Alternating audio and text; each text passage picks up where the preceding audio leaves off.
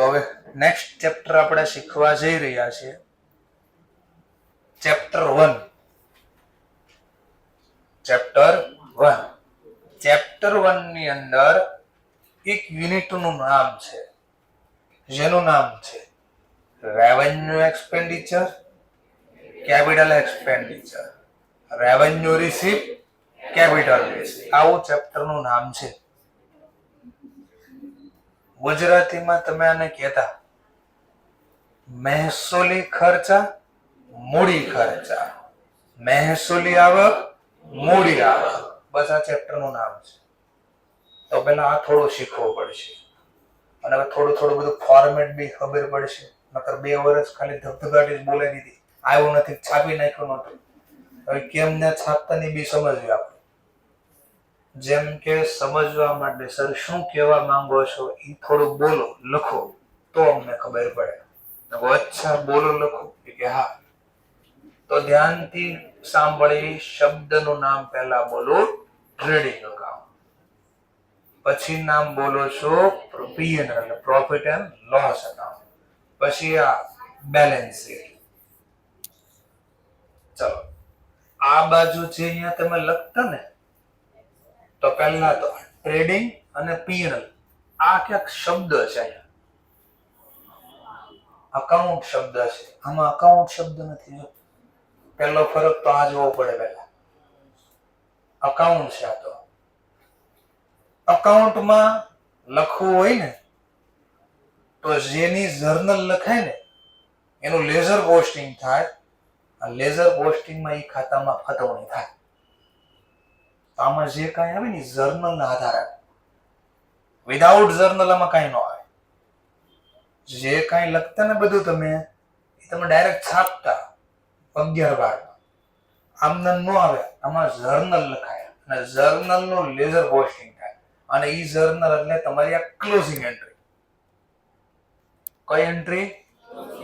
Closing entry ની મદદથી આ બન્યું છે ટ્રેડિંગ અકાઉન્ટ અને P&L અકાઉન્ટ. એનું ફોર્મેટ શેના આધારે બન્યું છે? ક્લોઝિંગ એન્ટ્રી ની મદદ. પણ ઓર ક્વેશ્ચન, ક્લોઝિંગ એન્ટ્રી પડે કોની પહેલા? ચેપ્ટર નંબર 2 લેઝર પોસ્ટિંગ છેલ્લે ઓલો ઇમ્પોર્ટન્સ નોટ ક્યાં કયું આપ્યું હતું? કયા ખાતાની બેલેન્સિંગ થાતી? રિયલ અને પર્સનલ. કયા ખાતાની બેલેન્સિંગ નો થાતી? નોમિનલ ખાતાની બેલેન્સિંગ નો કરતા તમે, તો એનું શું કરતા? હા, તમે જ બોલ્યા, શું કરતા? ક્લોઝિંગ. તો નોમિનલ ખાતાની ક્લોઝિંગ એન્ટ્રી. જોજો પાછું નોમિનલ ખાતાનો નિયમ શું? ડેબિટ ક્રેડિટ નો રૂલ્સ શું? Expense account debit, income account credit. તો જો તમે વિચારો, હું બોલ્યા ને હવે હું કરશું. આ બાજુ જે લખતા ને બધા હું હતા તમારા એક્સપેન્સ. દેખાય થોડું થોડું કઈ? આ બાજુ અહીંયા બધું લખતા તમે વિચારજો, જેટલા નામ વિચારો આ બધી બાજુ જે લખતા ને ઇન્કમ લખતા. તો એક તો આ ક્લોઝિંગ એન્ટ્રી ની મદદથી, અને ક્લોઝિંગ એન્ટ્રી કોની પડી? નોમિનલ ખાતાનો નિયમ અહીંયા ગયો. નોમિનલ ખાતું ઓકે, ઇન્કમ અકાઉન્ટ ક્રેડિટ થાય, એક્સપેન્સ અકાઉન્ટ ડેબિટ થાય. તો કઈ ક્લોઝિંગ એન્ટ્રી ક્યાં જશે એ આ નિયમે કીધું. ચલો બીજું તો ધ્યાનથી જોજો. આ કેમ બન્યું હોય છે? આ તો ખાતું નથી. તો અહીંયા શું કામ માહિતી આવી? આ ભાગ કામ પાડ્યા? ચલો એ સમજીએ. આ બાજુ બી ખર્ચા લખાય, આ બાજુ બી ખર્ચા લખાય, એક્સપેન્સ લખાય.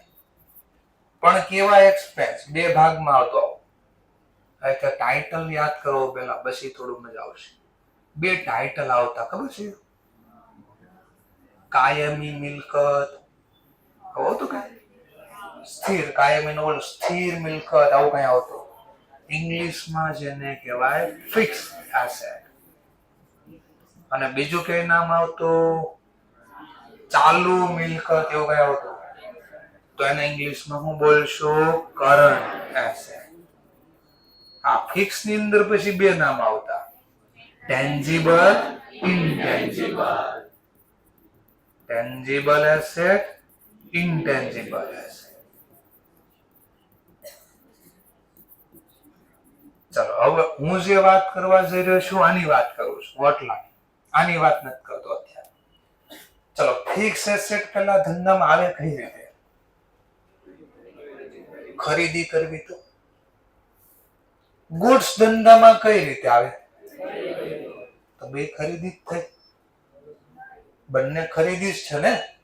અને ભાઈ મિલકત ખરીદી, ગુડ્સ ખરીદા, અને બે ધંધામાં એમને આવી ગયા છે તો હા, તેનો મતલબ બંને ખર્ચો જ છે, રોકડા તો બંનેમાં ગયા.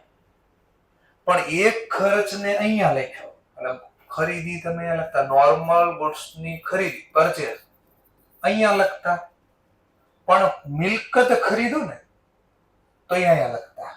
જેમ કે મશીન ખરીદો તો તમે અહીંયા લખી દેશો મશીન. તો બંને કેસમાં વસ્તુ તો ધંધામાં આવી છે અને બંનેના રૂપિયા જ ચૂકવાય, પણ એક અહીંયા લખ્યું, એક અહીંયા લખ્યું. તો આવા ભાગ કોને પાડે કે તારે અહીંયા જવાનું ભાઈ, તારે અહીંયા જવાનું, આવા ભાગ પડ્યા. ઓર બીજું આ બાજુ બી આવશે લાયબિલિટી. લાયબિલિટી અહીંયા બી બે ટાઇટલ આવતા લાયબિલિટી. બે કરતા કહો તો આમ ત્રણ પડતા, પણ પેલા મેન બે ભાગ. એક ધંધા પ્રત્યેનો દેવો અને ધંધાની બહારનો દેવો, એટલે માલિકનું રોકાણ. માલિકનું રોકાણ જો કેપિટલ નું બોલતા, કેપિટલ તો માલિકનું રોકાણ કહેવાય. માલિક સિવાયનું રોકાણ તેમાં બે આવતા, એટલે માલિક સિવાયનું રોકાણ એટલે દેવો આપણો. એક આવતું લાંબા ગાળાનો દેવો, આવું નામ શું? લાંબા, ઇંગ્લિશમાં જેને કહેવાય લોંગ ટર્મ લાયબિલિટી.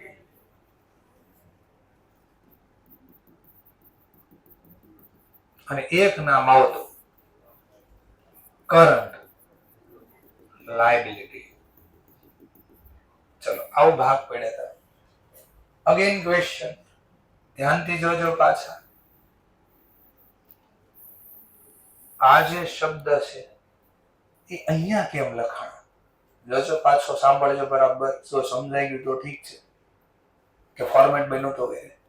અહીંયા પહેલું હું લખતા વેપાર ખાતામાં, ટ્રેડિંગમાં સેલ. સેલ કરવી તો પૈસા મળે, પાક્કો છે, સરસ. ચલો લોન લેવી તો પૈસા મળે, બે કેસમાં પૈસા જ મળ્યા. પણ એક પૈસાને કીધું અહીંયા લખજે, એક પૈસા જ્યાંથી આવે એને કીધું અહીંયા લખજે. અગેન ક્વેશ્ચન, એવા કેમ ભાગ પાડ્યા? શેના આધારે ભાગ પાડ્યા? કઈ માહિતી ક્યાં લખાશે? તો ભાગ પાડવા માટે જવાબદાર હતું આ ચેપ્ટર. ક્યાં લખાશે? પણ એની પેલા ઓર પાછો ડિટેલમાં લો કે ત્રણ ભાગો કામ પાડ્યા. આ બે જ રહેવા દેવા હતા ને, આનું શું કામ હતું?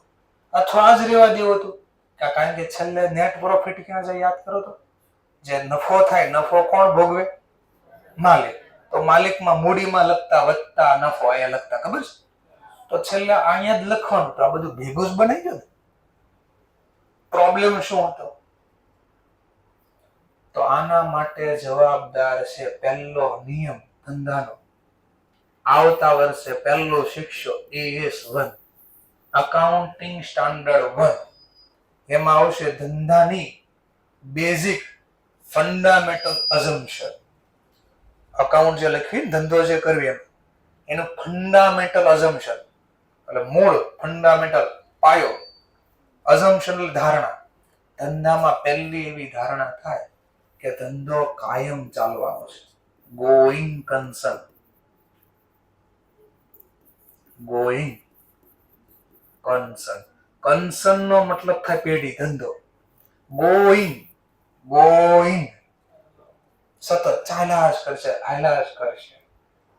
આ ધારણાના કારણે આ ત્રણ ભાગ પડ્યા. કોણે ભાગ પડ્યા? ત્રણ. ગોઈંગ કરશે. અને કયા ભાગમાં શું લખવું એના ભાગ આણે પડ્યા. એના ભાગ આણે પડ્યા. ફરીથી આખો પોઈન્ટ.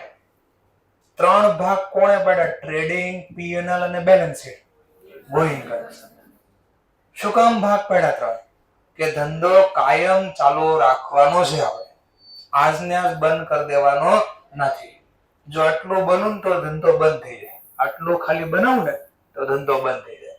આટલું બનાવું ને તો ધંધો આવતા વર્ષે ચાલુ રહે. 2 મિનિટ પહેલા સમજાવું, ધંધો આવતા વર્ષે કઈ રીતે ચાલુ રહે. આ બધી પ્રોસેસ ધીમે ધીમે ભેગી થાય. હું બનાવ્યું તો અને પછી આ બેલેન્સ શીટ ક્યાં ગઈ? ગયા વર્ષની શરૂઆતમાં કઈ એન્ટ્રી પડી? બોલો તો ગયા વર્ષે પેલા ગયું શું કામ? ધંધો ચાલુ હતો એટલે. બંધ થઈ ગયો હોત તો આનું કઈ કામ જ નહોતું, હોય જ નહીં, બધું વેચી નાખ્યું આપણે. તો આ બેલેન્સ શીટ નો ભાગ કોણે પાડ્યો? ટ્રેડિંગ પીએલ નો ભાગ કોણે પાડ્યો? Going concern. ચલો આટલું ખબર પડી. હવે ક્વેશ્ચન થાય કે ખર્ચા 2 પ્રકારના હોય. હવે ટોપિક ઉપર ધીમે ધીમે આવું છે. ખર્ચા કેટલા પ્રકારના હશે? 2. એકનું નામ કેવું છે? રેવન્યુ. અને એકનું નામ કેવું છે? કેપિટલ. એમ આવક બી રૂપિયા રિસિપ્ટ રોકડા જે મળશે ઈ પણ 2 પ્રકારના હશે. એક રેવન્યુ અને એક કેપિટલ. ચલો તો કયો આવક ક્યાં લખીએ અથવા કયો ખર્ચ ક્યાં લખવો એ હવે આણે કીધું આપણને. શું કીધું આણે? તો બરાબર જોજો. આ બે ભેગું લખું. બરાબર, ટ્રેડિંગ અને પીએનએલ બે ભેગું બોલું છે. આ બે ભેગું બોલું છે. અને બેલેન્સ. એવો ખર્ચો, such a expenditure, એવો ખર્ચો whose benefit get less than 1 year. એવો ખર્ચો whose benefit કે જેનો benefit એટલે લાભ, get એટલે મળશે, less than 1 year. એવો ખર્ચો હોય જેનો ધંધામાં લાભ મળી જાય. કેટલા સમય માટે લાભ મળે? 1 વર્ષ કરતા ઓછા સમય. એવા ખર્ચાને કહેવાય રેવન્યુ એક્સપેન્ડિચર. કેવો ખર્ચો કહેવાય? રેવન્યુ. તો આણે કીધું રેવન્યુ ખર્ચા તમે અહીંયા લખજો, આમાં લખજો, આમાં. તો અહીંયા જે તમે ટ્રેડિંગ ખાતામાં અને પીએનએલ ખાતામાં ડેબિટ સાઈડ જે ખર્ચા લખતા ને એ બધા કેવા ખર્ચા હતા? Revenue expense. અહીંયા જે લખતા ને ખર્ચ એના જોઈ લેજો. એનો બેનિફિટ કેટલો સમય મળે ધ્યાનથી જોજો, હમણાં બરાબર દેખાય. પીએનએલ માં તમે સેલરી લખતા? સેલરી લખતા કે ન લખતા? બોલો, સેલરી નો લાભ કેટલો સમય મળે? માની લો સામે વાળો વ્યક્તિ છે 1 મહિનો કામ કરે, હું પગાર ન દઉં તો ઓબ્વિયસલી હજી બીજો મહિનો કામ કરે, મેં કહું હજી પગાર નથી દેવો. ઓર ત્રીજો મહિનો કામ કરશે, પગાર નથી દેવો. બોલો હવે નો કામ કરે. એને ખબર પડી કે પૈસા મળવાના નથી. એનો મતલબ લાભ લેવો હોય આ ખર્ચો કરવો પડે. અને આનો લાભ કેટલો સમય મળે? Less than 1 year. બીજું એ લખતા પરચેઝ. શું લખતા? પરચેઝ. પરચેઝ કર્યું પછી એને શું કરશું? ધંધામાં રાખી મૂકશું ને સ્ટોકને. તો શું કરશું? સેલ તો વર્ષમાં એકાદ વાર કરવી ને. તો રોજ ખરીદું, લાભ મળી ગયો, વેચી નાખ્યો. ખરીદું, લાભ મળ્યો, વેચી નાખ્યો. લાભ મળ્યાનો એટલે ભાવ વધ્યો તો વેચી નાખ્યો.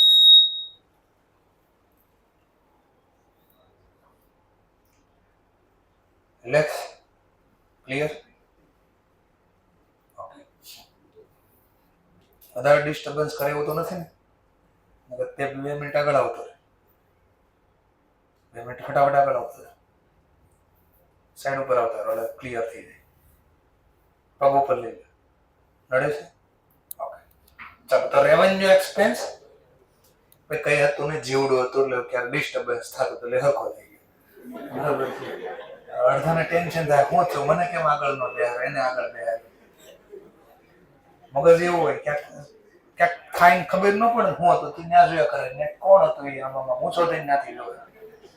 ચલો તો રેવન્યુ એક્સપેન્સ મુદ્દા ઉપર આવીએ. તો અહીંયા જે બી ખર્ચા લખતા ને એનો લાભ તમને કેટલો મળે? 1 વર્ષ કરતા.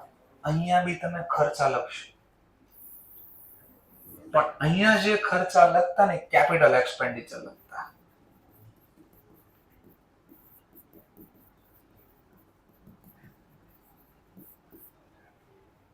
મૂડી ખર્ચા.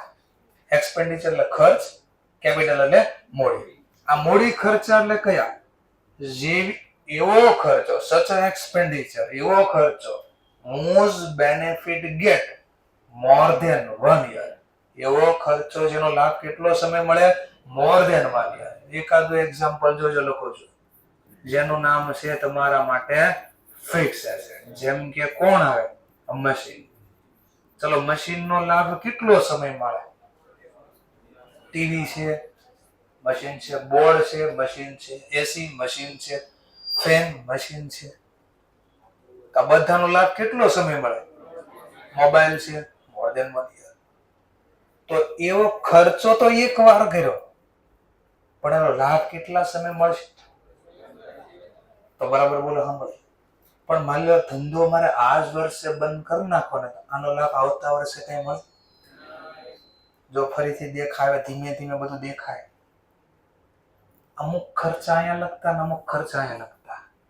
કેમ બોલ? દેખાય અહીંયા જે ખર્ચા લગતા એનો બેનિફિટ કેટલો સમય મળે છે? અહીંયા જે ખર્ચો લખ્યો એનો લાભ કેટલો મળે છે? More than 1.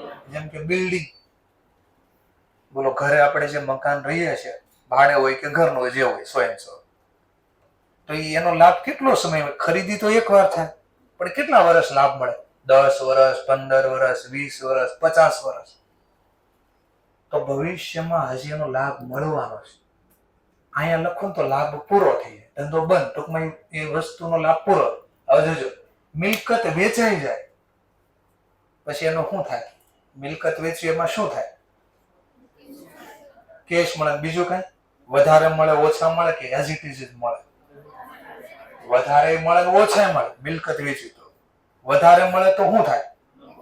અને ઓછો મળે તો ઈ ક્યાં લગતા? આવી ગયો. ખરીદ્યું ત્યારે નહોતો લખાયા ખર્ચો, પણ એ વેચું નુકસાન થયું તો અહીંયા આવી લાભ મળી ગયો. એટલે મિલકત વેચીને નફો, મિલકત વેચીને તો અહીંયા મળે, પણ મિલકત વેચવાથી જે નફો થાય ને અહીંયા આવે. ટૂંકમાં ધંધા લાભ પૂરો થઈ ગયો, આવતા વર્ષે નથી મળવાનો. તો થોડી થોડી ખાલી ખબર પડી કે આ ભાગ કોણે પાડ્યા હતા ને અહીંયા શું કામ લખાય છે. જેના જેના લાભ મળી જાય બધું અહીંયા આવી જાય. જેના જેના ભવિષ્યમાં લાભ મળવાના બાકી છે એ બધા અહીંયા આવે. આ બાજુ શું આવશે? તો સર રેવન્યુ રિસીપ્ટ.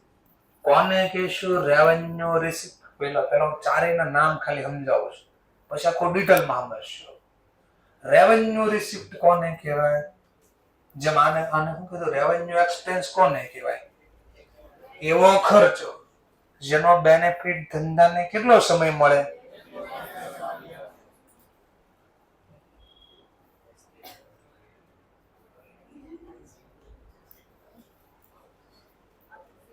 કઈ નહીં, ચલો નથી કેવું થાય.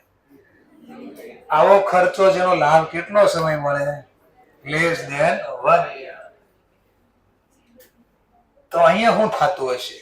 એવી આવક જેનો લાભ કેટલો સમય મળે? એવો નહીં આવે.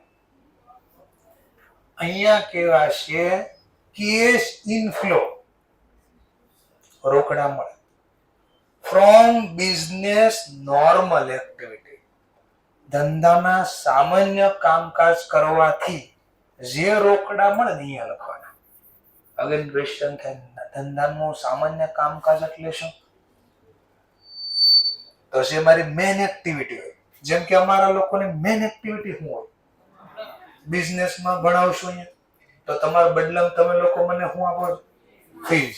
પૈસામાં શું આપો છો? ફીસ. તો અમને આ રોકડા મળ્યા ને એ અમારી કેવી આવક કે મેન આવક. તો અહીંયા મને ફીસ મળે ને તો અમે અહીંયા લખીએ. પણ માની લો જે વ્યક્તિનું કામ ટેક્સટાઇલનું છે, સાડી વેચવી, ડ્રેસ વેચવા, શર્ટ વેચવા, પેન્ટ વેચવા, માની લો આ લોકો જે વસ્તુ વેચશે એની મેન આવક કહેવાય. તો એ સેલના ફોર્મમાં લખે, સેલના ફોર્મમાં, વેચાણની રીતે. અમારી ટૂંકમાં મારું જે મેન કામ છે એ કરવાથી જે પૈસા મળે અહીંયા લખાય. જેમ કે મારું મેન કામ ભણાવવાનું, અને ભણાવવાથી જે પૈસા મળે ફીસ અહીંયા લખીશ. જેનું કામ માની લો ટેક્સટાઇલમાં ગુડ્સ વેચવાનું છે ગુડ્સ વેચીને પૈસા મળે તો અહીંયા લખશે. તો મેન જે આવક છે, ટૂંકમાં મેન કામ છે ધંધા, ઈ કરવાથી જે પૈસા મળે એ અહીંયા લખાય. ઓર એક બીજો એક્ઝામ્પલ, બેંકનું મેન કામ શું છે? લોકો પાસેથી એફડી લેવી, ફિક્સ ડિપોઝિટ લેવી, અને જે પૈસા મળે એનું શું કરશે? ધિરાણ કરશે, એટલે લોન આપશે. લોન ઉપર શું મળે? તો વ્યાજ મળે ને, એ અહીંયા લખે ટ્રેડિંગ ખાતામાં જમા બાજુ. બેંક ક્યાં લખે? ટ્રેડિંગ ખાતામાં જમા બાજુ. તમે તો પીએનએલ માં અહીંયા લખતા જમા બાજુ. મળેલ વ્યાજ તમે ક્યાં લખતા? 11-12 સુધી પીએનએલ માં ક્યાં લખતા? જમા બાજુ. પણ હું તો અહીંયા કહું છું ટ્રેડિંગ ખાતામાં જમા લખો વ્યાજ. કેમ? એનું મેન કામ. મેન કામકાજ સિવાય અન્ય રીતે આવક થાય તમે પીએનએલ માં લખતા. હવે એને ઓર સમજાવું પાછું. ફરીથી અમારું મેન કામ શું? ટીચિંગ. પણ અમારા પાસે થોડા પૈસા પડ્યા હતા, અમે કોકને વ્યાજે આપી દીધા, બદલામાં શું મળશે? ચલો, હવે મારું મેન કામકાજ છે વ્યાજે લોકોને પૈસા આપવા, મારું મેન કામ છે. છતાં બી વ્યાજ તો મળ્યું ને, તો એ વ્યાજ હું અહીંયા પીએનએલ માં જમા લખીશ. ટૂંકમાં પૈસા તો મળે, પણ એ પૈસા ક્યાં લખવા? તેના ભાગ પાડ્યા. રોજ રોજ જે કામ કરવાથી પૈસા મળે એ જમા બાજુ લખો ટ્રેડિંગમાં. અને જે પૈસા મળે રોજ રોજના કામકાજ ન હોય, પણ છતાંય ક્યારેક એ કામ કરીને મળ્યા, તો એ પીએનએલ માં જમા લખો. પણ મળ્યા તો ખરી જ ને, તો લખાય જમા બાજુ. એટલે રેવન્યુ રિસિપ્ટ ક્યાં લખાય? કોની જમા બાજુ? ટ્રેડિંગ બોલો કે પીએનએલ બોલો? અહીંયા શું લખશું? સર મને કઈ નથી સમજાતું, મેં ક્યાં જે ચાલુ જ કરી દીધું. હું તો નામ સમજાવું છું પેલા, નિયમ તો જે બાકી છે બધા બોલશું. ચલો, બેલેન્સ શીટમાં આ બાજુ એટલે કયો ભાગ કહેવાય? લાયબિલિટી. આ બાજુ એટલે એસેટ. ધંધાની સામાન્ય પ્રવૃત્તિ સિવાય અન્ય રીતે ધંધામાં લાંબા ગાળાના રૂપિયા મેળવો. અન્ય પ્રવૃત્તિમાંથી, મેન કામ સિવાયની પ્રવૃત્તિમાંથી, તો એ રૂપિયા અહીંયા લખવાનું, કેપિટલ રિસિપ્ટ. પછી એના એક્ઝામ્પલ હારે જોશું, એના નિયમ પાછા જોશું કે આવો આવો નિયમ હોય તો આયા, નહીતર નહીં. તો આ કેપિટલ રિસિપ્ટમાં શું આવે? જેમ કે જો સમજવા માટે અમારે માની લો પૈસાની જરૂર પડી, તમારી પાસે ફીસ આવશે તો લીધા જ ને, ઓર પૈસાની જરૂર છે, હવે હું બેંકમાંથી લોન લઈ આવ્યા, ફીસ મળી તો અહીંયા લખીશ. હવે હું લોન લાવ્યો અને મને જે પૈસા મળ્યા એ લખી દો અહીંયા. કેમ નહીં? કારણ કે વ્યાજે રૂપિયા લાવવા અમારું મેન કામ નથી, પણ રૂપિયા તો મળ્યા ને, વેચવી તોય મળ્યા, તમને ભણાવ્યું તોય પૈસા મળ્યા, એ મારું મેન કામ છે, અહીંયા લખીશ. પણ ધંધાના મેન કામકાજ સિવાય અન્ય રીતે ધંધામાં પૈસા આવે તો હું લાયબિલિટી સાઈડ, કારણ કે આવ્યા, આજે આવ્યા, કાલે પાછા દેવા નહીં પડે બેંકને મારે, એટલે મારી લાયબિલિટી કહે.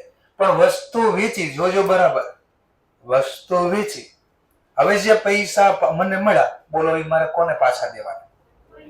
આ તો મારા ઘરના રૂપિયા છે, હું જાતે કમાણો છું, અહીંયા લખીશ. ટૂંકમાં મારા જે, મારી પાસે કોઈ લેવાનો અધિકાર નથી કોઈ પાછો, કારણ કે હું જાતે કમાણો, મહેનત કરીને કમાણો છું, અહીંયા લખાય. પણ હું કોકની પાસેથી લાવ્યો છું પૈસા, તો એ મફત આપ્યા હોય નહીં, મને કહે લાવો પાછા આપજો, ભવિષ્યમાં પાછા આપજો, જવાબદારી થઈ. તો ધંધાના સામાન્ય કામકાજ સિવાય અન્ય જગ્યાએથી પૈસા લાવો એ લાયબિલિટી સાઈડ કહેવાય. ચલો, તો ખાલી પેલા ટેમ્પરરી 4 શબ્દ સમજાવ્યા. હવે એને ડિટેલમાં વ્યવસ્થિત ડેફિનેશન પ્રમાણે જોઈએ. ચલો, એક્ઝામમાં જોનો સૌથી હાઈએસ્ટ આ ચેપ્ટરમાંથી ક્વેશ્ચન આવતો હોય તો આ difference between capital expenditure revenue, અથવા તો difference between revenue receipt capital receipt. તફાવત 11-12 માં હતું ને, તફાવત લખો આ બે વસ્તુ વચ્ચેના. 10માં આવતું હશે, સમાજ વિદ્યામાં ને એમાં આવ્યું જ હશે કે તફાવત લખો, આ કોણ આ કોણ. ચલો, જ્યાં આવ્યું ત્યાં તો આ ચેપ્ટરમાંથી હાઈએસ્ટ ક્વેશ્ચન આવતા હોય તો આ બે. What is the difference between capital expenditure and revenue expenditure? તેનું તમને લિસ્ટ બનાવીને આપો એમ કે, અથવા કે what is the difference between revenue receipt ને capital receipt, એનો 4-5 પોઈન્ટ લખીને આપો એમ કે, તો આપણે લખશું. ચલો તો એને સમજીએ. પહેલું સમજાવું છું કયું? Revenue expense. પહેલા કયો ટોપિક શીખવાડું છું? Revenue expense.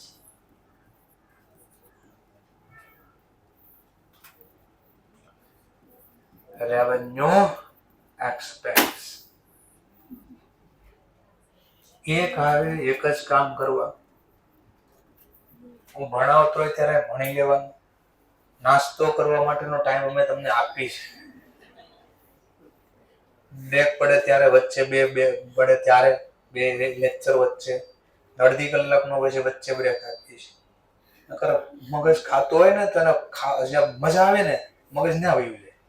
તો ખાવામાં કેવી મજા આવે, તો મગજ ના જોયા કરે. પછી ઈશારો બીજી જગ્યાએ છે પણ અસર બીજી જગ્યાએ થાય છે. ઓકે, અને બે દાંત કાઢે છે પાછળ, પહેલી બેન્ચ વાળા ને છેલ્લી બેન્ચ વાળા. એટલે ઈશારો અલગ જગ્યાએ છે, અસર બીજી જગ્યાએ થાય છે. મેં લાભ લઈ લીધો, તક લઈ લીધો. બેન નો ડબ્બો પડ્યો અહીંયા નીચે, એને એમ થાય મને કહું પણ એક્ઝેક્ટ ખબર છે હું કોની વાત કરું છું. એ બી દાંત કાઢે તો સર મને કહે છે. ચાલો છેલ્લી બેન્ચ વાળા બી એવું સમજો.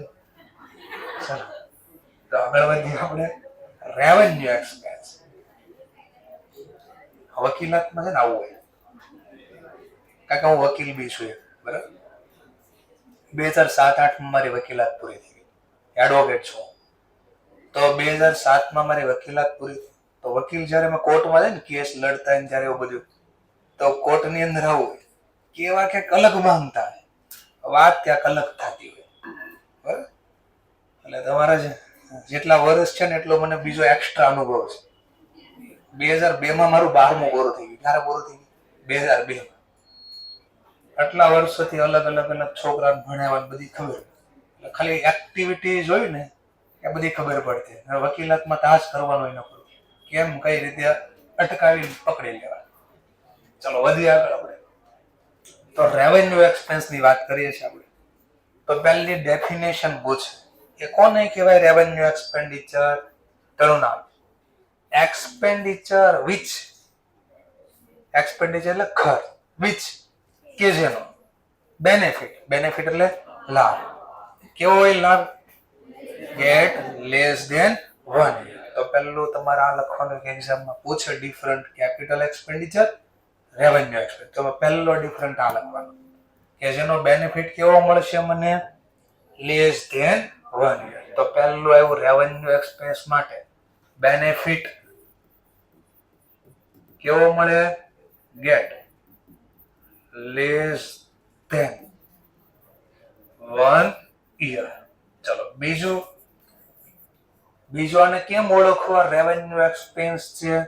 તો એના એક્ઝામ્પલ કે રેવન્યુ એક્સપેન્ડિચર કોને કહેવાય એના એક્ઝામ્પલ લખો. અને એ એક્ઝામ્પલ ક્યાં મળે અથવા ક્યાં લખો, ક્યાં દેખાડવામાં આવે? તો એના બધા જો purchase, wages, custom duty, salary, cartage inward, commission, light bill, interest, depreciation, loss from machine. તો તમે વિચારો બધા જે આપણે નામ બોલે ક્યાં લખવી છે આપણે? હા તો લખવી દો શો. બતાવો ક્યાં? Debit side. કોની debit side? Trading and PNL account. હા તો આ જે ખર્ચો છે રેવન્યુ એક્સપેન્ડિચર અને આ જે લખ્યું એ અહીંયા ફૂલફિલ થાય છે કે નહીં? જો તો આ ડેફિનેશન આ બધા ફૂલફિલ કરે છે કે નહીં જરા ચેક કરો. લાઇટ બિલ બોલો, હું 1 મહિનાનું લાઇટ બિલ ભરું તો મને બેનિફિટ કેટલો મળે? 12 મહિના. ફરીથી બોલું છું, 1 મહિનાનું બેનિફિટ જો તો 1 મહિનાનું લાઇટ બિલ આપવું પડે. એટલે 1 વર્ષ કરતા ઓછો લાભ મળ્યો. જો 1 જ મહિનાનો લાભ મળ્યો. બીજા મહિને લાભ લેવો છે પાછો તમારે આપવો પડશે. ભાડું, જેનું મકાન છે માની લો ભાડે, સમજવા માટે ભાડે મકાન છે, તો જે વ્યક્તિ પાસે ભાડે મકાન લીધો છે એનું 2 મહિના ભાડું ન આપો તો ત્રીજા મહિને બોલો મકાન રવા દે મારી પાસે, નહીં. શું કરે? મકાન ખાલી કરાવી નાખે. વેરા બિલ છે, દર વર્ષે વેરો આવે. વેરો ન ભરવી તો શું થાય? ગવર્મેન્ટ પ્રોપર્ટી જપ્ત કરી લે. આપણે વેરો ફરજિયાત ભરવો પડે. ટૂંકમાં જે ખર્ચા છે એ કેવા છે? એ ખર્ચો તમારે આપવો પડે વર્ષની અંદર, તો બીજા વર્ષે લાભ ચાલુ રહે, નહીં લાભ જતો રહે. તો આ બધા ક્યાં દેખાડવામાં? રેવન્યુ એક્સપેન્સ ક્યાં દેખાડવામાં આવે? શો ક્યાં દેખાડવામાં આવે? ટ્રેડિંગ અને પીએનએલ માં કઈ બાજુ? Debit side. તો આ યાદ રાખવાનો શોર્ટકટ આપી દીધી તમને. એક્ઝામ્પલ, તો આ એક્ઝામ્પલ નો લિસ્ટ, આ નામ આપે એટલે ઓટોમેટિક ખબર પડી જાય એક્ઝામ નો લિસ્ટ. થર્ડ, ચલો આ ખર્ચા પહેલા તો શા માટે કરવા પડે? Why revenue expenditure required. કે આ ખર્ચા કરવા છે શા માટે? તો બે રીત આને કહી શકાય. એક તો ધંધાનું જે સામાન્ય કામકાજ છે, સામાન્ય કામકાજને ઇંગ્લિશમાં ઓપરેશન કહેવાય. શું કહેવાય? ઓપરેશન. એટલે ઓપરેટિંગ એક્ટિવિટી બોલે. શું કે? ઓપરેટિંગ એક્ટિવિટી એટલે પ્રવૃત્તિ, કાર્ય. પ્રવૃત્તિ એટલે કાર્ય. જે મારું મેન કામકાજ છે એને ઇંગ્લિશમાં કહેવાય ઓપરેટિંગ એક્ટિવિટી. તો એ ઓપરેટિંગ એક્ટિવિટી ચાલુ રાખવી હોય તો આ ખર્ચો કરવો જ પડે. સેલ ક્યારે થાય? પેલા ખરીદી કરવી તો સેલ થાય ને. તો એનો મતલબ મારે ધંધો ચાલુ રાખવો હોય, સેલ કરવું હોય તો પેલા ખરીદવું પડે. વેજીસ છે ને આપવાના, વેજીસ છે ને આપવાના હોય. મજૂરીને પણ, મજૂરીને છે ને મજૂરને મજૂરી આપશું, પણ શેની? શેનું કામ? કયા પ્રકારનું કામ? બે પ્રકારની મજૂરી હોય. એક તો ધંધામાં જે વસ્તુ બહારથી ખરીદીને લાવ્યા એ ટ્રકમાંથી ઉતારીને ગોડાઉનમાં મૂકવાની મજૂરી આપવી આપણે. એક મજૂરી એવા પ્રકારની.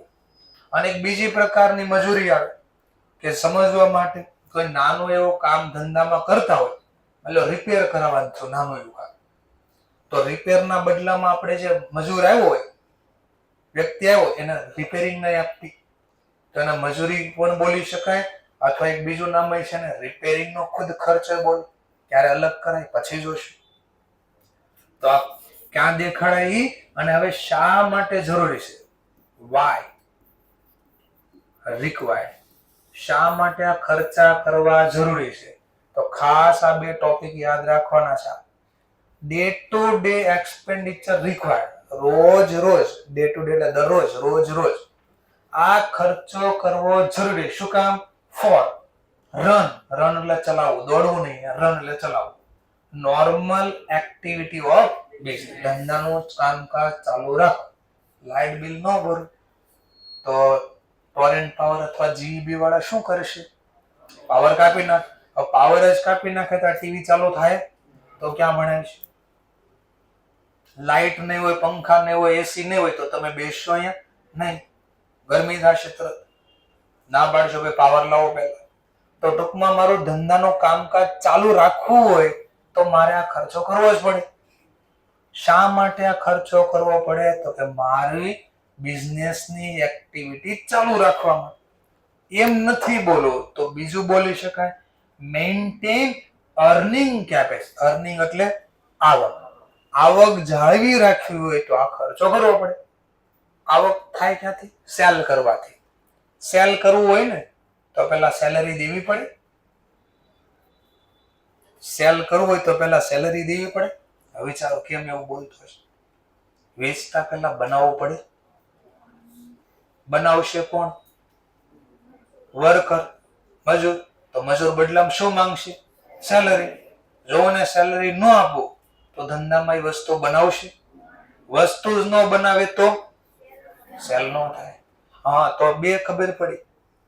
રોજ આ ખર્ચો શા માટે કરવો જરૂરી છે? તો મારે ધંધાને ચલાવવા ચાલુ રાખવું હોય તો આ ખર્ચો કરવો પડે, એમ બોલાય. અથવા મેન્ટેન જાળવી રાખો.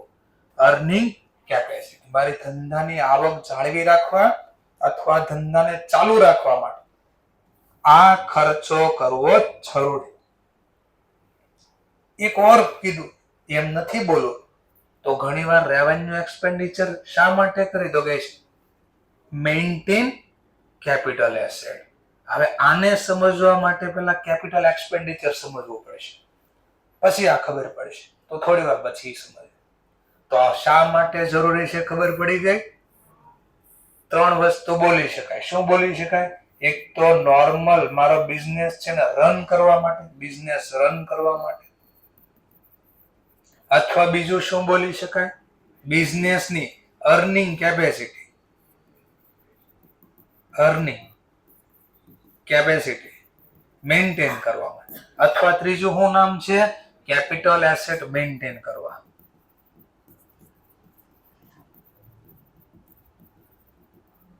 શા માટે ખર્ચો કરે તો 3 નામ લખવા પડે તમારે. ચલો હજી કઈ બાકી છે સર? મેં કીધું હા. આને કોઈની હારે મેચ કરશો? મેં કીધું હા. મેચ એટલે સરખાવવું. કોઈની સાથે આ ખર્ચને સરખાવશો, મેચ કરશો, તો આપણે કહીશું હા અમે તો આને સરખાવશું. કોની સાથે મેચ કરશો? તો રેવન્યુ રિસિપ્ટ હારે. કોની સાથે મેચ કરશો? રેવન્યુ. વળી પાછો ક્વેશ્ચન શું કામ સરખાવશો? તો બરાબર બોલો હમણાં. પહેલા તો ફરીથી કોને કહેવાય? Revenue expenditure. જેનો બેનિફિટ કેવો મળે? ચાલો હવે બોલી સાંભળજો. એક વ્યક્તિને 70% આવ્યા. એક વ્યક્તિને 70%. બોલો કેટલામો રેન્ક હશે એનો? એને કેવું પરફોર્મન્સ કર્યું હશે ક્લાસની અંદર? એકલો જ છે.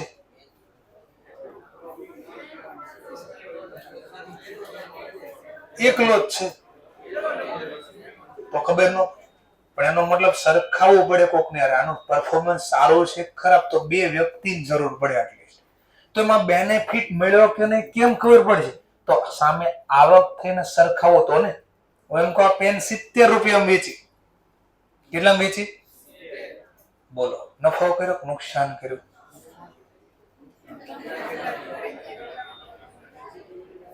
₹70 વેચી. બોલો નફો કર્યો નુકસાન કર્યો? ચલો ભૂલી જાઓ. સમજવા માટે માની લો આ રિમોટ છે. રિમોટ મેં 90 રૂપિયામાં ખરીદ્યો. બોલો કેટલાનો નફો કર્યો નુકસાન કર્યો?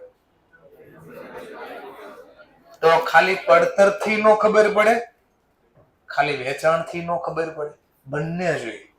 કેટલામાં ખર્ચો કર્યો એટલે ખરીદી કરી અને વેચ્યું, એને સરખાવીશ તો ખબર પડે બેનિફિટ મળ્યો કે નહીં. એટલે તમે સેલ જમા બાજુ લખતા,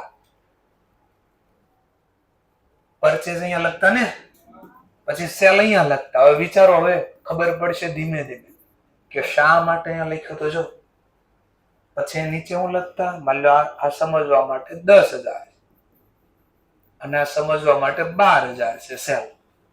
બીજું કોઈ ડેટા નથી, આ 2 જ ડેટા. તો આનો સરવાળો કરીને ક્યાંક બોલતા તમે જીપી બોલતા. ગુજરાતીમાં કહો તો કાચો નફો. કેટલો મળ્યો? પણ આ મળ્યો જ ક્યારે? પેલા 2,000 નફો સરખાવ્યો, ખર્ચને સરખાવ્યો કોની સાથે? આવક સાથે. આ નો કરમ તો ખબર જ ન પડે. 1 વર્ષમાં કેટલો લાભ મળ્યો? આ ખર્ચો તો કર્યો, ખરીદી એટલે ખર્ચો. ખર્ચો તો કર્યો પણ આ એમ કે છે લાભ મળવો જોઈએ. કેટલો મળ્યો? ખર્ચો કર્યો પણ લાભ કેટલો મળ્યો સામે? તો મારે એને સરખાવવું પડે. ખરીદી કર્યા પછી એનું શું કરીશ? વેચાણ. વેચો કેટલામાં ઈ ખબર પડે તો લાભ કેટલો મળ્યો ઈ ખબર પડે. તો આ ચેપ્ટર 11-12 માં આવતું ઈ આવું ક્યાંક કહેવા માંગે છે ચેપ્ટર, કે કેટલો ખર્ચો કરવાથી કેટલો લાભ મળ્યો ઈ સરખાવીશ તો ખબર પડે, અધરવાઇઝ મને ન ખબર પડે. એટલે કીધું આને મેચ કરજો તો જ બેનિફિટ મળ્યો કે ન મળ્યો એ ખબર પડશે. બીજું પાછું કીધું આ કેવા નટુરે હશે? નેચર. આ ખર્ચનો નેચર કેવો છે? આ ખર્ચનો નેચર છે રિકરિંગ નેચર. અકર એટલે બનવું, રીઅકર એટલે વારે વારે. ધંધામાં દર વર્ષે 1 વાર તો ઓછામાં ઓછું બને છે. આ ખર્ચો ધંધામાં ઓછામાં ઓછો 1 વાર તો થાય. અને દર વર્ષે થાય. જેમ કે જોઈ લો, આ બધા એક્ઝામ્પલ જોઈ લો, બધા જ એક્ઝામ્પલ જોઈ લો, એક્સેપ્ટ આને બાદ કરતા ખાલી જોઈ લો. ખરીદી બોલો, રોજ થાય. વેજીસ રોજ નો હોય, મહિનાના અંતે, પણ કામ તો આખા મહિના એને કર્યું હોય. સેલરી મહિનાના અંતે. એવા મહિના કેટલા હોય વર્ષમાં? તો 12 વખત આ વારે વારે ખર્ચ થયો. એક વાર તો એટલીસ્ટ થાય આ ખર્ચો. તો એ લખીશ ને કે આ કેવા નેચર નો હોય? Nature of expenditure. Nature of expenditure આખો લખી દો. નેચર ઓફ એક્સપેન્ડિચર કેવા નેચર નો હશે? રિકરિંગ. અકર એટલે બનવું, રિકરિંગ એટલે વારે વારે બનવું. રિકરિંગ નેચર નો હશે આ ખર્ચો, એટલે વારે વારે થાશે થાશે થાશે. છઠ્ઠો topic, when will it incurred? આ ખર્ચો ક્યારથી થાય? ઇન્કર્ડ એટલે ભોગવવો, ખર્ચ કરવો. આ ખર્ચો ક્યારથી થશે? ક્યારે કરશું? તો ઓબ્વિયસલી સમજવા માટે સાંજે સુતા હતા ને કાલે એવું સપનું આવ્યું મગજમાં, એક ફેક્ટરી નાખવી છે. હું રોડ ઉપર જતો એક ભાઈ કીધું લાવો પગાર. મેં શેનો? કે તમે સપનામાં કાલે જોતા હતા ને ફેક્ટરી ને, કેમ હું કામ કરતો, લાવો પગાર. બોલો આપશે? તો આપણે કેમ પેલા કામથી ક્યાં કર્યું? કામ કરો પછી. કામ કરે ક્યારે? ધંધો ચાલુ થયા પછી પેલા. આ તો હંમેશા ખર્ચો ધંધાની શરૂઆત થયા પછી. શરૂઆતની ઇંગ્લિશમાં કમેન્સમેન્ટ કહેવાય. આફ્ટર એટલે પછી. After commencement of business. ધંધાની શરૂઆત પછી જ આ ખર્ચો થાય. એ પેલા કોઈ કાળે આ ખર્ચો ન થાય. After business start. સ્ટાર્ટ નો બોલવું હોય તો કમેન્સિંગ. કમેન્સમેન્ટ અથવા કમેન્સિંગ. સાદી ભાષામાં કહો તો સ્ટાર્ટ. કે આ ખર્ચો ક્યારે થશે? when will incurred? when will incurred? તો લખવાનું when will incurred. તો after business start અથવા commencement. છેલ્લો પોઈન્ટ, રેવન્યુ એક્સપેન્ડિચર જે છે એ કેવા નેચરની એક્ટિવિટી છે, પ્રવૃત્તિ છે. તો મારો રેવન્યુ જે એક્સપેન્સ છે, એ જે ખર્ચો કરું છું, એ કેવા પ્રકારનું કામ કરવા ખર્ચો કરું છું? ઓપરેશન, ધંધાનું સામાન્ય કામકાજ માટે આ ખર્ચો કરું છું. તો ઓપરેટિંગ એક્ટિવિટી કહેવાય. અને કઈ એક્ટિવિટી કહેવાય? ઓપરેટિંગ.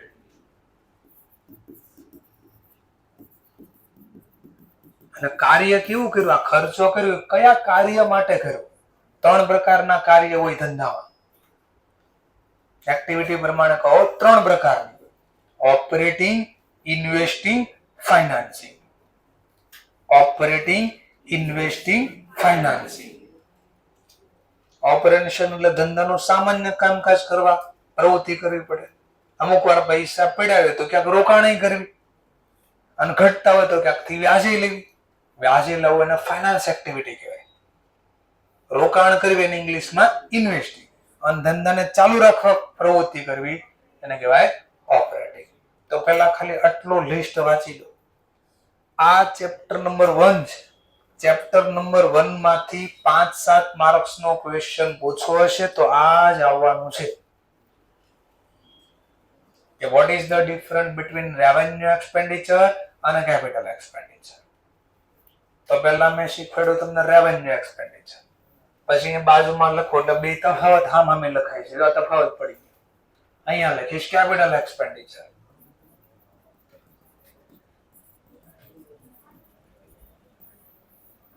તો આ બે લખવું પડશે એક્ઝામમાં તમારે.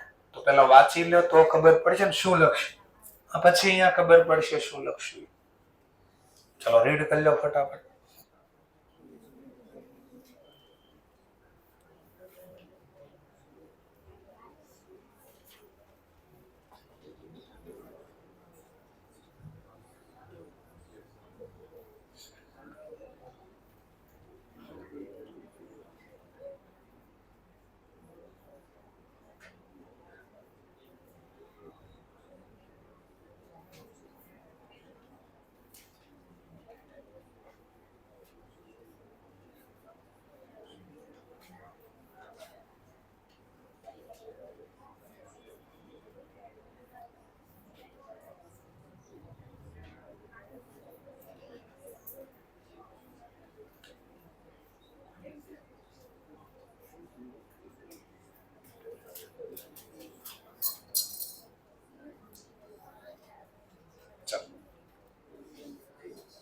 હવે વાત કરવી કેપિટલ એક્સપેન્ડિચર. તો બેમાં સામસામી મેચ કરવી. રેવન્યુ એક્સપેન્સ નો બેનિફિટ કેવો મળતો હતો મને? Less than 1 year. તો કેપિટલ એક્સપેન્ડિચર માં હું હશે જેનો બેનિફિટ મળશે મને? Benefit more than 1 year. એટલે આ એવો ખર્ચ છે જેનો લાભ મને 1 વર્ષ કરતા વધારે સમય માટે મળશે. પછી અહીંયા કેમ એક્ઝામ્પલ ને ક્યાં લખાય એમ જોયું હતું. તો આના એક્ઝામ્પલમાં શું આવશે તો ખબર પડશે ને ક્યાં દેખાડવું. તો આના એક્ઝામ્પલમાં જોવી તમે તો એવી કઈ વસ્તુ છે કે જેનો લાભ 1 વર્ષ કરતા વધારે મળે? તો સીધી રીતે કહો તો ફિક્સ એસેટ ખરીદી. ફિક્સ એસેટ નો મતલબ કાયમી મિલકત, જેમ કે machine, furniture, building, plant, car, આ બધું ખરીદો તો લાભ કેટલો સમય મળે? મોર ધેન 1 year લાભ મળે. જો ખર્ચો તો કર્યો જ, આમાંય મફત તો આવી નહીં હોય, પણ આનો લાભ ધંધાને કેટલો સમય મળશે? More than 1 year. તો જો આ બધા એક્ઝામ્પલ છે. Building, plant, machine, furniture, car, આ બધી ટેન્જિબલ એસેટ જોઈ શકાય. અમુક વાર ધંધામાં ઇન્ટેન્જિબલ એસેટ હોય જેનો લાભ ધંધાને કેટલો સમય મળે? More than 1 year. જેમ કે ગુડવિલ, કોપીરાઇટ, ટ્રેડમાર્ક એ બી આવી શકે, પણ એટલો એક્ઝામ્પલ ઓકે હતા. કોને કહેવાય કોપીરાઇટ? પહેલા કોપીરાઇટ આપણે જે વસ્તુ બનાવી, જેમ કે ખાસ કોપીરાઇટ કેમાં લાગે? કોપીરાઇટ ખાસ એક ગીતમાં અને જ્યાં ન્યૂઝ આપણે જે બુક્સ છે એમાં, જે પોતાની બુક્સ કોઈ લખી છે એની કોપી તમે ન કરી શકો, નકર કોપીરાઇટ લાગી જાય. કોઈ ગીત ગાય, ઈ ગીતને બીજા કોઈ યુઝ ન કરી શકે, કોપીરાઇટ લાગે. જેમાં હમણાં તમે ધુરંધર મૂવીઝ બહુ હાલ્યું છે, એમાં એક હવા હવા નામનું ગીત ચાલે છે. ઈ જૂનું ગીત છે, 1978 નું ગીત છે. એ પાકિસ્તાનના એક સિંગરે ગાયું હતું. હવે ઈ મ્યુઝિક ફરીથી આને યુઝ કરવા માટે એટલું જૂનું ગીત, એમાં ખાલી ગીત કેટલા સેકન્ડ નું આવે, મિનિટે પૂરું નથી આવતું ગીત. એ 1 મિનિટના ગીતના એના પ્રોડ્યુસરે, ડિરેક્ટરે 50 લાખ રૂપિયા સિંગરને આપ્યા છે. જેને ગાયું હતું ને ઓરિજિનલ એને કેટલા? 50 લાખ. જાતે સર્ચ કરી લેજો ગૂગલ. કોપીરાઇટ લાગે, નકર ના પડે, આ ગીત ના વાપરવા દે. એ વાપરવા એને વાત સર તો 1 મિનિટના ગીતના હુકામ? આ બધી સાયકોલોજી છે બધી. ઈ સિંગર કોનો હતો? મૂવી જે છે શેના ઉપર છે? ઇન્ડિયા ને પાકિસ્તાન ઉપર છે આખું. તો પાકિસ્તાનની પબ્લિકને પણ એમાં ઇન્વોલ્વ કરવા માટે બધી ટેકનિક વાપરવામાં આવે. બહુ હાઈએસ્ટ ગીત સાંભળવામાં આવ્યું, ફેમસ સોંગ હતું. તો એવી ટેકનિક વાપરવામાં કે બંને બાજુથી લાભ થાય. બરાબર? શો ક્યાં દેખાડશો? ચલો પેલા એની પેલા 1 મિનિટ. ગુડવિલ કોને કહેવાય? ગુડવિલ કોને કહેવાય? પાઘડી ધંધાની કોને કહેવાય? ધંધાની પ્રતિષ્ઠા. પાઘડી. પાઘડી કોને કહેવાય? જવાબ જ નહીં. બસ એટલી જ ખબર પડે, પાઘડી, શાક, બસ એનાથી આગળ કાંઈ નહીં. મેં પહેલા પણ કીધું ઇન્ટરવ્યુમાં, જે મારી પાસે આવીને મેં પહેલા જ ધંધાના કોઈ પણ ધંધો શું, કોઈ પણ વસ્તુના મૂળ સુધી પહોંચવા, જ્યાંથી આપણી ક્વેશ્ચન આપણે પૂરો કર્યો ત્યાંથી આન્સર પૂરો. તમે ખાલી એટલો જ આન્સર કર્યો, ક્વેશ્ચન એટલો જ કર્યો તો હું ગુડવિલ એટલે હું તો કે પાઘડી, પાઘડી એટલે હું તો કે શાક. પછી ત્યાંથી કોઈ ક્વેશ્ચન આગળ વધાર્યો જ નથી, તેનો આન્સર જ તમારા પાસે નથી, મૂળ સુધી પહોંચ્યા જ નથી. શાક કોને કહેવાય? પેલા બ્રાન્ડ વેલ્યુ તો કઈ રીતે ઓળખવી? બ્રાન્ડ વેલ્યુ કેમ ખબર પડે? બ્રાન્ડ વેલ્યુ છે જેના આધારે બ્રાન્ડ વેલ્યુ બનતી હશે. ક્વેશ્ચન અકાઉન્ટની ભાષામાં તો સામાન્ય રીતે 11-12 થી જો પાઘડી કઈ રીતે ગોતતા તમે? આ તમને ઓલે પાઘડીની રકમ ગોતવાના આવતી ને, 2-3 રીત હતી પાઘડી ગોતવાની. સરેરાશ રીત, એમાં 2 હતી, સાદી સરેરાશ, ભારિત સરેરાશ, બીજું ક્યાંક નામ હતું અધિક નફાની રીત, એવું ક્યાંક મૂડીકૃત કરવાની ક્યાંક રીત હતી, આવું ક્યાંક હતી. વાર્ષિક વર્ષાસન ક્યાંક રીત હતી, એન્યુટીની રીત નહોતી, તો શીખશો અહીંયા. આમ ગોતતા ગુડવિલ એનો મતલબ તમે નફાના આધારે ગોતતા. ટૂંકમાં જે લોકો જે ધંધાનો નફો વધારે એની માર્કેટમાં શાખ વધારે છે, આવું જ હોય ને બેઝિક રીતે. આવું જ અકાઉન્ટ એટલીસ્ટ ચોપડામાં તો આવું જ કહે છે. ફ્લિપકાર્ટ એવું કઈ નામ આવ્યું? ફ્લિપકાર્ટ એ ધંધાની શરૂઆત લગભગ એપ્રોક્સ એક્ઝેક્ટ ડેટ મને નથી ખબર, પણ 2006-07 આસપાસ ચાલુ કર્યો હતો આ ધંધો. આજે કયું ચાલે? 2026. એ લગભગ 2022-23 માં વેચાઈ ગયું. એને ખરીદી દીધું વોલમાર્ટ નામની કંપની. વોલમાર્ટ નામ સાંભળ્યું? અમેરિકા આખા વર્લ્ડમાં સૌથી વધારે મોલ હોય ને તો આ કંપની માં વોલમાર્ટ. એને શરૂ કર્યું આ મોલની દુનિયા. આ વોલમાર્ટ કંપની છે, બહુ મોટી કંપની છે. એને આ ફ્લિપકાર્ટને ખરીદી લીધી. 100% જ નથી ખરીદી, 100% હિસ્સો નથી મળ્યો છે. સર્ચ મારજો કેટલા હજાર કરોડમાં કંપની ખરીદી. બીજો શાક, જેને કેના આપ્યા છે? શાક પાઘડી શેના આધારે મળે? નફાના આધારે. આ કંપનીએ 2006-07 થી 2026 ₹1 નફો નથી કર્યો. ₹1 નફો નથી કર્યો. તો પૈસા દીધા છે ને એટલા બધા. એની પાસે મિલકત તો કઈ છે ને. કેમ? ફ્લિપકાર્ટમાં શું મિલકત હોય? ફ્લિપકાર્ટમાં શું મિલકત હશે? વિચાર. એમાં વેચવા વાળા વસ્તુ છે એની થોડી છે. એ તો વેચવા વાળાની વસ્તુ છે. એ તો ખાલી શું કરે છે? ઘરે આપણે ડિલિવરી મોકલી દે, વસ્તુ પહોંચાડે છે ખાલી. સર હા તો ટ્રક હશે ને ભાઈ? ટ્રક એ ભાડે હોય. ભલા તમે રેપિડો ને પોર્ટર ને એવું નામ સાંભળ્યું હશે. તો એની પાસે હા ગોડાઉન પડ્યા છે. નહીં, ગોડાઉન એ ભાડે છે. તેની પાસે છે હું તો આટલા 52,000 કે 75,000 કરોડ સમથિંગ આવ્યા. 52,000 સમથિંગ કરોડ આપ્યા. 1 કરોડ ભેગા કરવામાં માંથી અડધા લોકોને લાઈફ પૂરી થઈ જાય. 1 કરોડ નહીં જોવું કોઈ. ભણશો નહીં ને તો 1 કરોડ આખી લાઈફ પૂરી થઈ ને તો ભેગા નહીં થાય. બરાબર? એવા 52,000 કરોડ આપણે કેટલી વાર પૂરા થઈ જાય? 52,000 વાર આપણે લાઈફ લેવી પડી ત્યારે પૈસા જોયું. એટલા રૂપિયા આપ્યા. તો ક્વેશ્ચન મારો તો અહીંયા થયો પાછો. ₹1 નફો નથી કમાણા તો આપ્યા શેના આધારે? એ પણ જોવું પડશે. આ બધું શીખવાડે. ચેપ્ટર નંબર તમારો પાર્ટનરશિપ છે એની અંદર, ચેપ્ટર નંબર 10. ચલો નેક્સ્ટ પોઈન્ટ. આ ગુડવિલ નામ આવ્યું એટલે આપણે ડિસ્કશન કર્યું. ક્યાં દેખાડશો આ?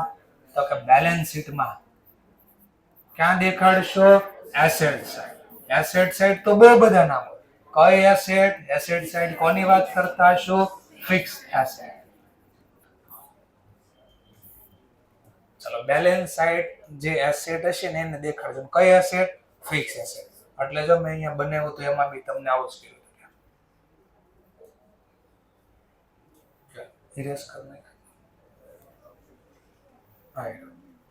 ફિક્સ એસેટ નીચે મેં કીધું તો કરંટ એસેટ છે એનું કઈ કામ નથી એટલા માટે. ચલો બીજું પાછું આગળ વધીએ.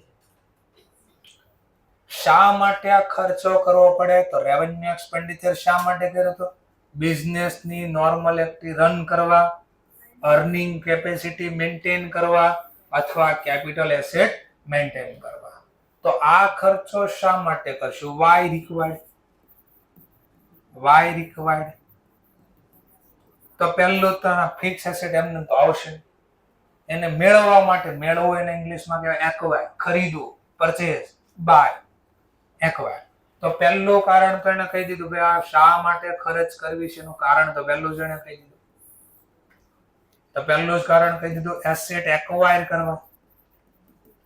એક્વાયર નો લખો તો સાદી ભાષામાં લખો પરચેઝ. મિલકત ખરીદવા માટે, મેળવવા માટે. મેળવવું હોય તો ખરીદવું પડે. તો પહેલી વાર ખર્ચો અહીંયા ખરીદવા માટે કરીએ. હવે બીજું બોલે સાંભળે. સબસિક્વન્ટલી ખર્ચો થાય. સબસિક્વન્ટલી એનો ગુજરાતીમાં કે પછીથી.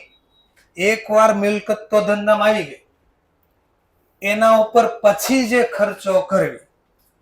તો મારો ક્વેશ્ચન થાય એને પીએનએલ માં, જેમ કે બિલ્ડિંગ ખરીદો, કયો ખર્ચો કહેવાય? Capital expenditure. ખરીદી, પરચેસ. હવે બિલ્ડિંગ આવી ગયું, 6 મહિના પછી એમાં રિપેર કરાય, 6 મહિના પછી રિપેરિંગ કર્યું. અમારો ક્વેશ્ચન, ઈ જે ખર્ચો થયો એ પીએનએલ માં લખો, ત્યાં મિલકતમાં એડ કરી દો, મિલકતની રકમમાં એડ કરી દો. તમે શેના આધારે ડિસિઝન લઈ લીધું? સર તો 12માં લિસ્ટ આપ્યું તો એટલે નહીં, તમને તો કીધું તો તમે લખવા જ મળ્યા, એવું ના હોય. હવેથી જે નામ બોલો છો, જો આ ખર્ચ કરવાથી આ મિલકત ઉપર એકવાર આવી ગઈ ધંધામાં અને પછી એના ઉપર ખર્ચો કરો, એ ખર્ચો લખવાના બે ઓપ્શન. પીએનએલ માં ડેબિટ લખી શકો રિપેરિંગ ના નામે, અથવા બીજો ઓપ્શન છે ઈ ખર્ચો મિલકતની કિંમતમાં એડ કરી દેવો, એને કેપિટલાઇઝેશન કર્યું કહેવાય. ઈ પ્રોસેસને શું કરી કહેવાય? કેપિટલાઇઝેશન. Capitalisation of expense. મિલકતના ખર્ચાને મિલકતની કિંમતમાં ઉમેરો, એડ કરી દીધો, એને કેપિટલાઇઝેશન કર્યું. તો હું ક્યારે કરી શકું? જો મને આ 5 માંથી બી થી લઈને એફ આ ખર્ચ કરવાથી પછી મને આવો બેનિફિટ મળતો હોય તો મિલકતમાં એડ કરીશ ખર્ચને. જો જવાબ મળ્યો ના, તો જો જવાબ મળ્યો ના,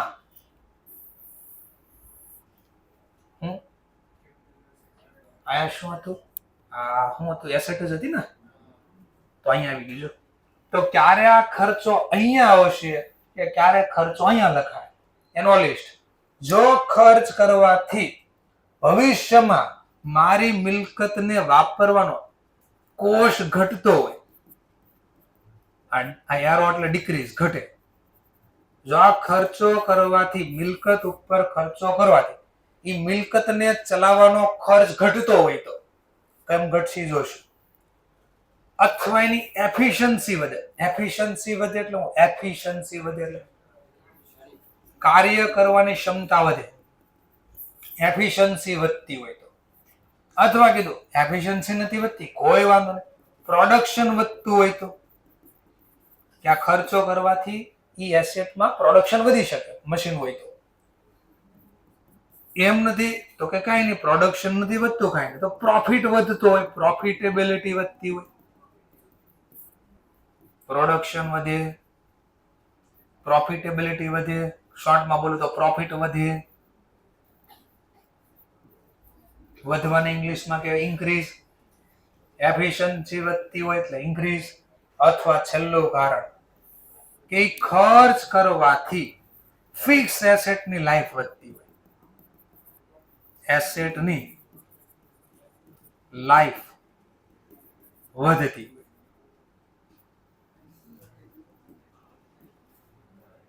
તો આ જે પછી આ મિલકત એકવાર મેળવી લીધી, એના ઉપર જે ખર્ચો કર્યો, જો આવો કોઈ બેનિફિટ મળે બી થી લઈને એફ, તો ઈ ખર્ચને હું એસેટના નામે ડેબિટ કરીશ.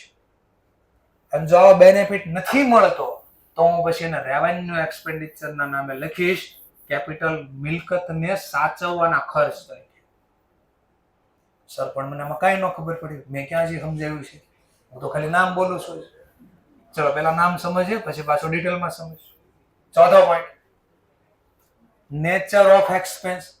કેવા નેચરનો આ ખર્ચો હશે? તો આ રિકરિંગ હતું, તો આ ખર્ચો કેવો હશે? નેચર. આ ખર્ચો હશે નોન રિકરિંગ. આ રિકરિંગ હતો, આ નોન રિકરિંગ. એટલે હું સર નોન રિકરિંગ, આ વર્ષમાં એક જ વાર થાય. પછી બીજી વાર આ ખર્ચો કરવા 2, 3, 4, 5, 10 વર્ષ લાગે. બોલો, મશીન એકવાર ખરીદે, એમ્બ્રોઇડરીનું મશીન કોઈ ખરીદ્યું હોય તો એનો લાભ કેટલો સમય મળે?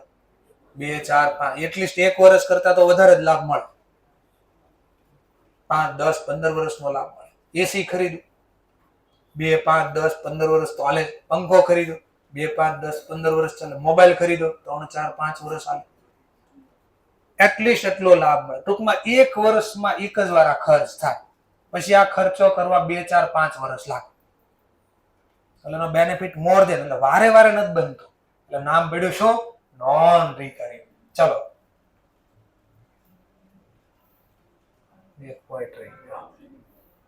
ચલો એ લખી દઈએ પહેલા. આ નીચે લખી દો પછી પાછું. ચલો ચોથું નામ આગળ પાછળ લખી શકાય, કોઈ જરૂર નથી. ચલો મેચિંગ કોન્સેપ્ટ. કોઈની સાથે મેચ કરશું ના. આ કે આપણે કોઈના નથી રમતા. નો મેચ. કોઈની સાથે મેચ નહીં. ચલો મેચ તમે જોતા જ હશો ને. મેચમાં શું હોય? બે ટીમ હોય. બે ટીમ હોય. મેચ કમ્પેર થાય. કોણ જીતું કોણ હાર્યું એને મેચ કર્યું કહેવાય. આપણે કોઈ મેચ નહીં. આપણે એકલા આપણે જાતે રમશું. કોઈ નહીં. જાતે જ બોલનો ઘા કરશું, દોડીને મારી આવશું. બરાબર. નો મેચ. કોઈની હારે હરખાવશું. ચાલો 5 nature of expense. Nature of expense તો કેવો હશે આ ખર્ચો? Non recurring. એટલે એક જ વાર ખર્ચો થાય, પછી નેક્સ્ટ ટાઈમ આ ખર્ચો કરવા બહુ વાર લાગશે. 2, 5, 10, 15 વર્ષ 20 લાગશે. છઠ્ઠો topic when will incurred. when will incurred. incurred એટલે ભોગવવું. આ ખર્ચો ક્યારે ભોગવશું કરશું ખર્ચો? તો મે બી પહેલા બી થઈ શકે, ધંધાની શરૂઆત પહેલા, મે બી પછી બી થઈ શકે, બિફોર ઓર આફ્ટર. બિફોર ઓર આફ્ટર બિઝનેસ સ્ટાર્ટ અથવા કમેન્સિંગ. ધંધાની શરૂઆત પહેલા બી થઈ શકે, ધંધાની શરૂઆત પછી બી થઈ શકે. સર એકાદો ડેમો આપી દે. જેમ કે નક્કી કર્યું ચાલો ફેક્ટરી નાખવી છે. ટાટા નેનો એવી ગાડી આવી હતી, બહુ સસ્તી ગાડી હતી. એપ્રોક્સ તમારા જન્મ આજુબાજુ. એપ્રોક્સ 2005-6 ની વાત કરું છું. બરાબર છે. ત્યારે ગાડી લાવી હતી રતન ટાટા. બહુ સસ્તી ગાડી, 2-2.5 લાખ રૂપિયામાં કાર લાવવાની. કાર હતી 2-2.5 લાખ રૂપિયા. રતન ટાટાનું આ સપનું હતું. તો એને પશ્ચિમ બંગાળ એટલે મમતા બાનું કે ખબર હોય દીદી છે, મમતા દીદી છે, બાનું છે, બરાબર સીએમ છે ત્યાંના.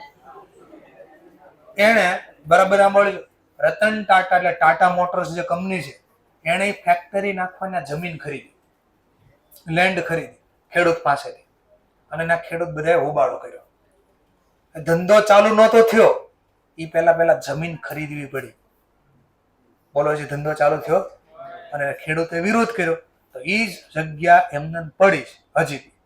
અને રતન ટાટા પછી ગુજરાતમાં આવી ગયા. ગુજરાતમાં આવ્યા સાણંદની, અમદાવાદમાં સાણંદ છે, એ સાણંદમાં આવી ગયા.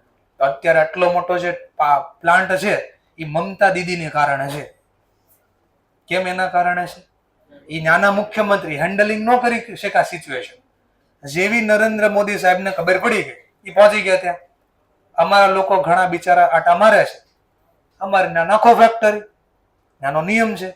એ ફેક્ટરીમાં આજુબાજુના ગામના લોકોને સમથિંગ 50% લોકો તમારી ફેક્ટરીમાં આજુબાજુના ગામના હોવા જોઈએ. તો 50% લોકોને જે આજુબાજુના હતા એને નોકરી મળી, તો કામ થઈ ગયું. ચલો આપણે આ બાજુ રહીશું. તો બોલો હજી ધંધાને મારે કામ ચાલુ થઈ ગયું ને? મશીનરી આવી ગઈ છે? નહીં, ખાલી જમીન ખરીદી. પહેલા જમીન આવશે પછી ના પ્લાન્ટ બંધાય. પ્લાન્ટ બંધાય પછી એમાં મશીન આવશે, પછી પ્રોડક્શન ચાલુ થાય. તો ઘણી વાર આ ખર્ચો પહેલાય થાય પછી થાય. છેલ્લો પોઈન્ટ, આ કેવી એક્ટિવિટી કહેવાય? આ ઓપરેટિંગ એક્ટિવિટી હતી ને રેવન્યુ. તો આ કેવી એક્ટિવિટી કહેવાય? રોકાણ. અને રોકાણ કર્યું કહેવાય. જો તમારા પપ્પા શું કે મકાનમાં રોકવા છે એમ કે, ગોલ્ડમાં રોકવા છે એમ કે છે, મશીનમાં રોકવા છે. મશીન ધંધો કરવો છે એમાં કે શું કરો? મશીનમાં થોડાક રોકવી, જમીનમાં થોડા રોકાણ. આ જે રોકાણ છે આ બોલે ને લાંબા ગાળાની પ્રવૃત્તિ હોય, જેનો લાભ મેળવો હોય કેવો આપણે મોર ધેન 1. તો આને કેવી એક્ટિવિટી કહેવાય? Investing activity. ચલો તો ખબર પડી થોડી. ચલો તો જો અહીંયા મેં આ જે લખ્યું છે એ તમારું 65 અને 64-65 એટલે રેવન્યુ નો ટોપિક હતો. 66-67 એટલે તમારો કેપિટલ નો ટોપિક હતો. તો એ આ બે ટોટલ 4 પેજ થયા. આ 4 પેજને એક સામે લખીને અહીંયા તમે કમ્પેર કરી શકો. આ ફોર્મમાં લાવી દીધું આપણે. ક્લિયર? તો આ યાદ રાખજો. એક્ઝામમાં આ ચેપ્ટરમાંથી વધારે માર્ક્સનું ઓછું હોય તો ચાન્સીસ આના વધારે છે. Thank you very much. Next લેક્ચરમાં પાછા મળીશું.